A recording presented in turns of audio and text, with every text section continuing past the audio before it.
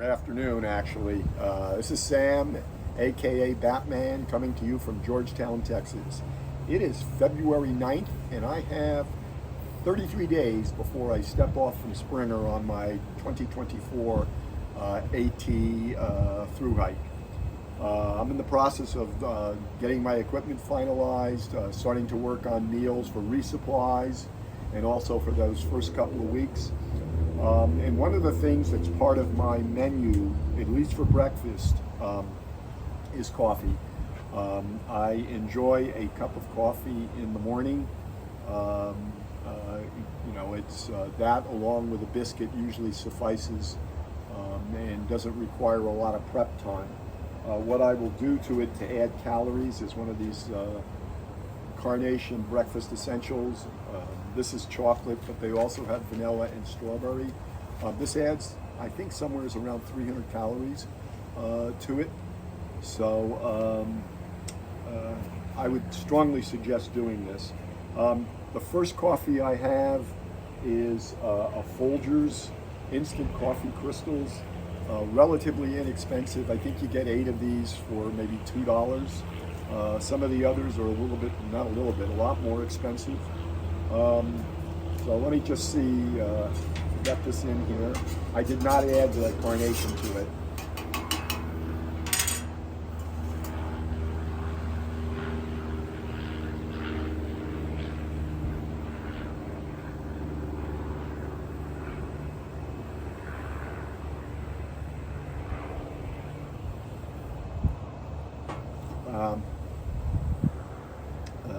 Sort of tastes like coffee flavored water.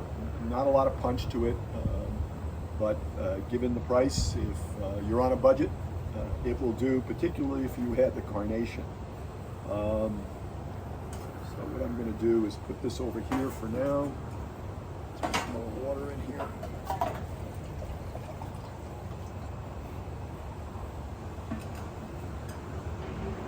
Turn up the stove a little.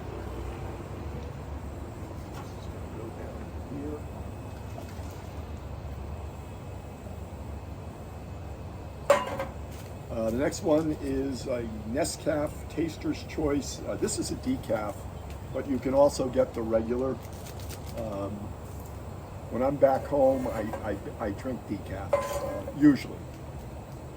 So let's just see how this comes out. You only need about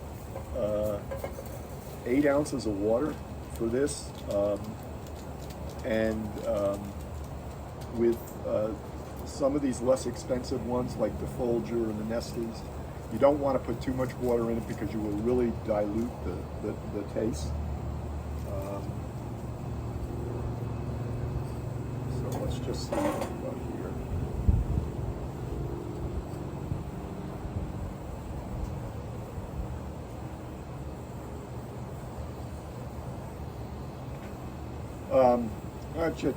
I can tell you the other ones I have is Cafe Bustelo, a little more expensive than the first two.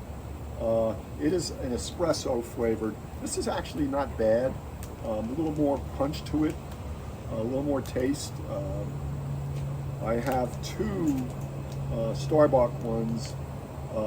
This is relatively inexpensive. I think you get 8 for maybe $3-4. The Starbucks ones I have are Columbia and Pike's Place. They're both medium roasts. I like both of these. A little bit more expensive than the other 3. I think for somewhere around $5 or $6. You might get 6 of these. This one you'll see at REI. This is Alpine Start. This is pretty good, but also fairly expensive. My recollection is that you get 8 of these for $9 or $10.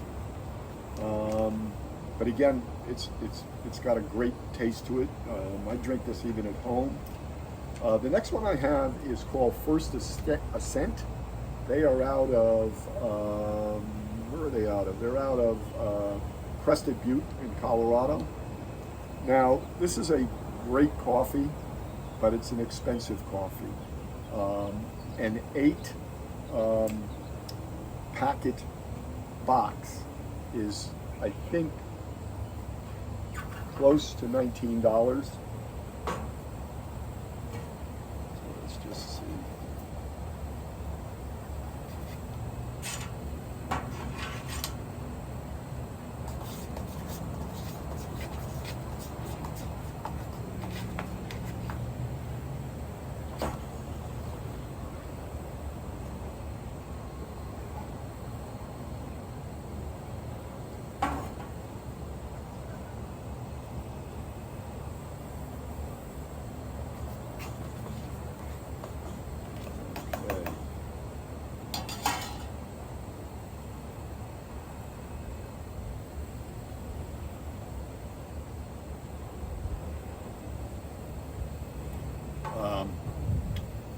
Again, more like flavored water than true coffee.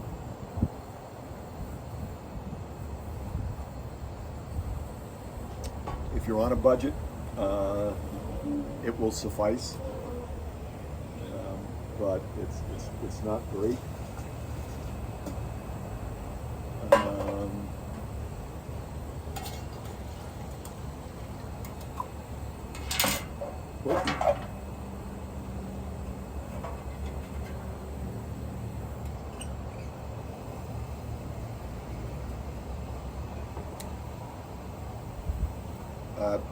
Again, your cost is going to be the big determining factor, because you go from, these are about $2 per packet, close to $2 a packet, maybe even a little bit more.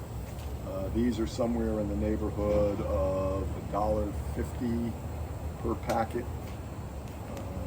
These are probably about $1 a packet. And then the other three, this one and the first two that we went through, are probably somewhere around 25 cents to 50 cents a packet. So there's a big difference in cost. But if you can, the price is worth it. Let's see how fast this goes. Okay, we're gonna skip the Pastello for now. Go to one of the Starbucks. We're going to go to the, we'll go to the Columbia.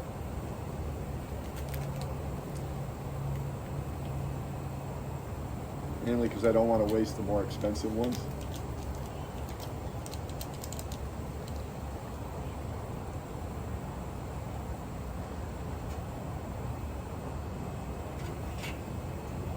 Not yet. So I leave here on the 11th for Atlanta, getting to Atlanta about noontime. I'm going to take the MARTA up to, I think it's Sandy Springs where the REI is, pick up my fuel and maybe a couple of other items, staying at the Sonesta Hotel in that area, and then Ron Brown will pick me up the next day at somewhere between 8 and 9, drive me up to Amicalola. I'm looking forward to seeing the new visitor center. From the videos that I've seen, it looks pretty neat. A vast improvement over the trailer that they were using for the last couple of years. And then he will drive me up to Big Stamp Gap, drop me off, and I will walk south to Springer. Excuse the airplane noise. I'm located right around the corner from the airport in Georgetown, right along a flight path.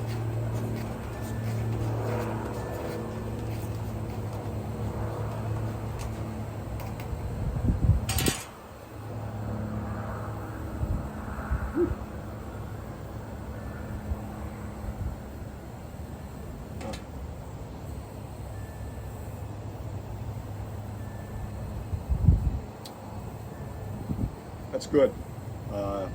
You know, it's a typical Starbucks coffee. It's a good coffee.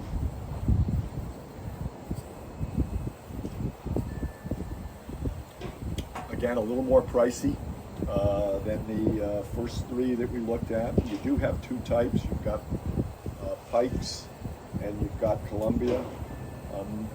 There's not really, I have both, and there's not really that much of a difference between the two.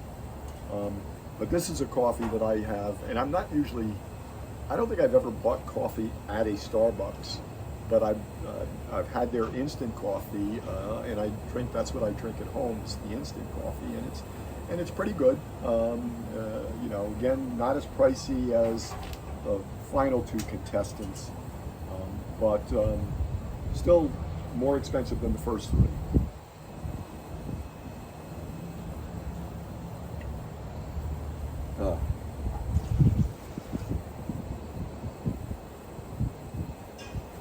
Okay, let's get some more water in here.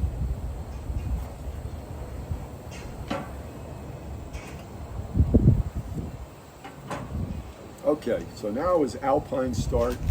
You can pick this up at REI, you can pick it up at Amazon, or you can go directly to their website. This has considering it's an instant coffee, it has a really good coffee taste to it, in my opinion. Fortunately, I have a lot left over from last summer, so that will come with me. Now I may just, I don't know what I've got. I've got probably 2 dozen of the Folgers, 2 dozen of the Taster's Choice. I may just donate those to the local food kitchen because they don't stand out. It tastes more like coffee flavored water than it does real coffee. Let the water boil there.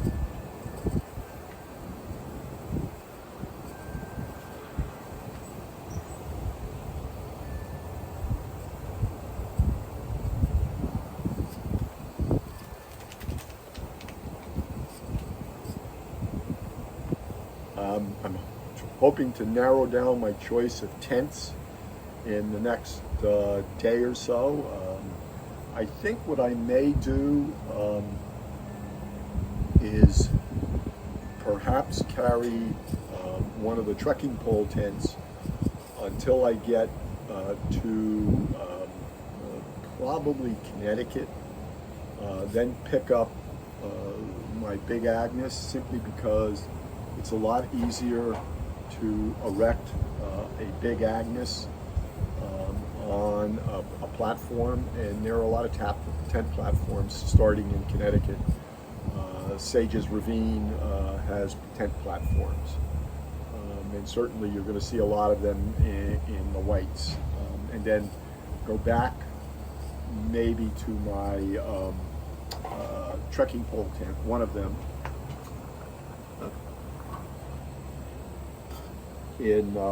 when I get to Maine. The other choice is to buy a freestanding tent, because the big problem erecting a trekking pole tent on a tent platform is locating your tent stakes. It becomes problematic. What I might do actually is pull out one of my freestanding tents and use that from Connecticut through New Hampshire. But I've got a couple of doodads that I picked up that might help me anchor the tents. You basically, you could do this using a stick. You have a little plastic, stick. It's about that big, black, it's got a hole in it. You tie your cord, your tent cord, guy lines and everything onto it, and then you stick it through one of the slots, and then you tension it, and it comes up underneath the bottom of the slots, and it should hold your tent in place, at least theoretically. We camped in 22. I think we had to erect on a tent platform at, I think it's the Quarry Heights one. It's the one with the swing, and it's got two shelters. And I think we set up on a platform there, and we might have set up on concrete at Fontana Dam also. So it's a couple of things I'm looking for, but I definitely think I'm going to go with the trekking pole tent, at least for the initial part. As far as the pack is concerned, my pack choices, I've narrowed them down to my old Optic and the new Hyperlight Unbound. I've got the 55 liter. So let me just give this a shot here.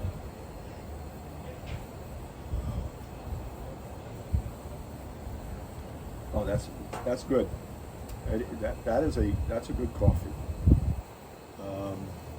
It's got a real coffee taste. It doesn't taste like you have flavored water.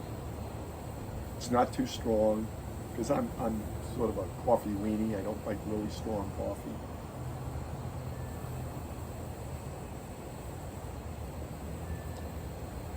Yep, that is good.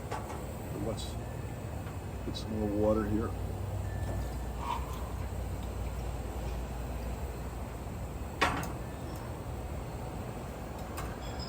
I want to do a shout out to Darwin because I got the idea for this coffee video from him. He's done, I think, 2 or 3 of them, starting way back when, maybe 7 or 8 years ago. And he was the one who brought First Ascent to my attention, and I'm glad he did.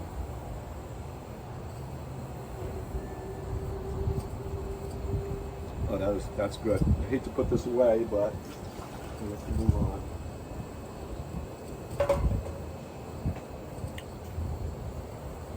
So that's where I am as far as equipment. I'm going to carry initially from a sleeping pad standpoint. I am going to carry my Nemo Tensor, even though it's a little heavier, and I'm still not certain of the R value, but it stood me well. And then what I may do is, as the weather warms up, I may switch over to a lighter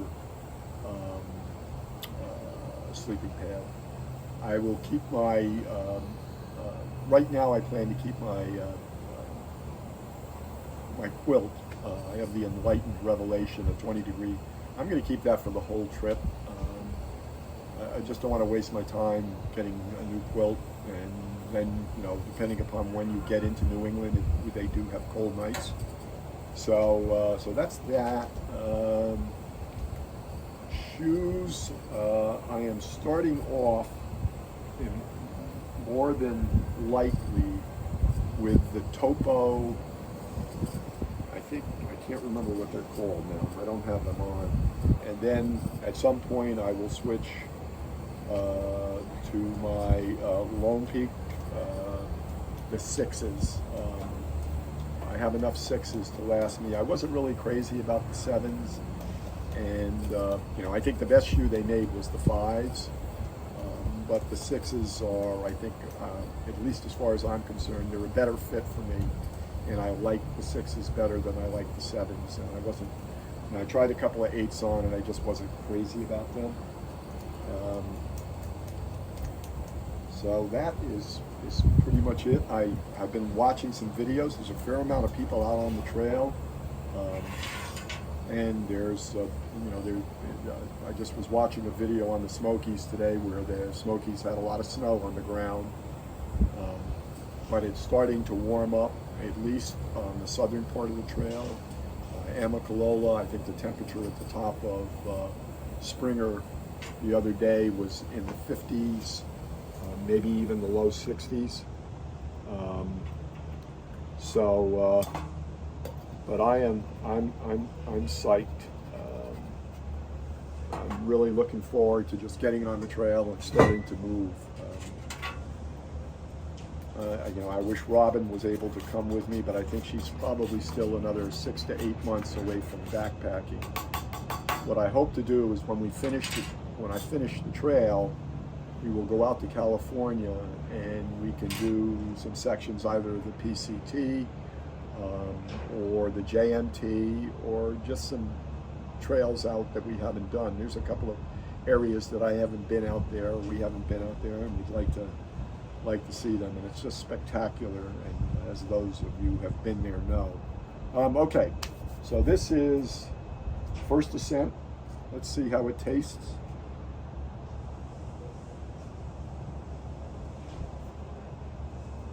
I made it a little bit too hot. A little stronger than the Alpine Start. A little more of a dark roast taste, even though it says medium roast on it. It actually doesn't say medium roast, but it is good. I have probably, having used this and already used one, so I think I have maybe 22 left. I don't know if I'll buy any more because they're just so expensive, but they are good. They're worth, if you have the money, they're worth the price.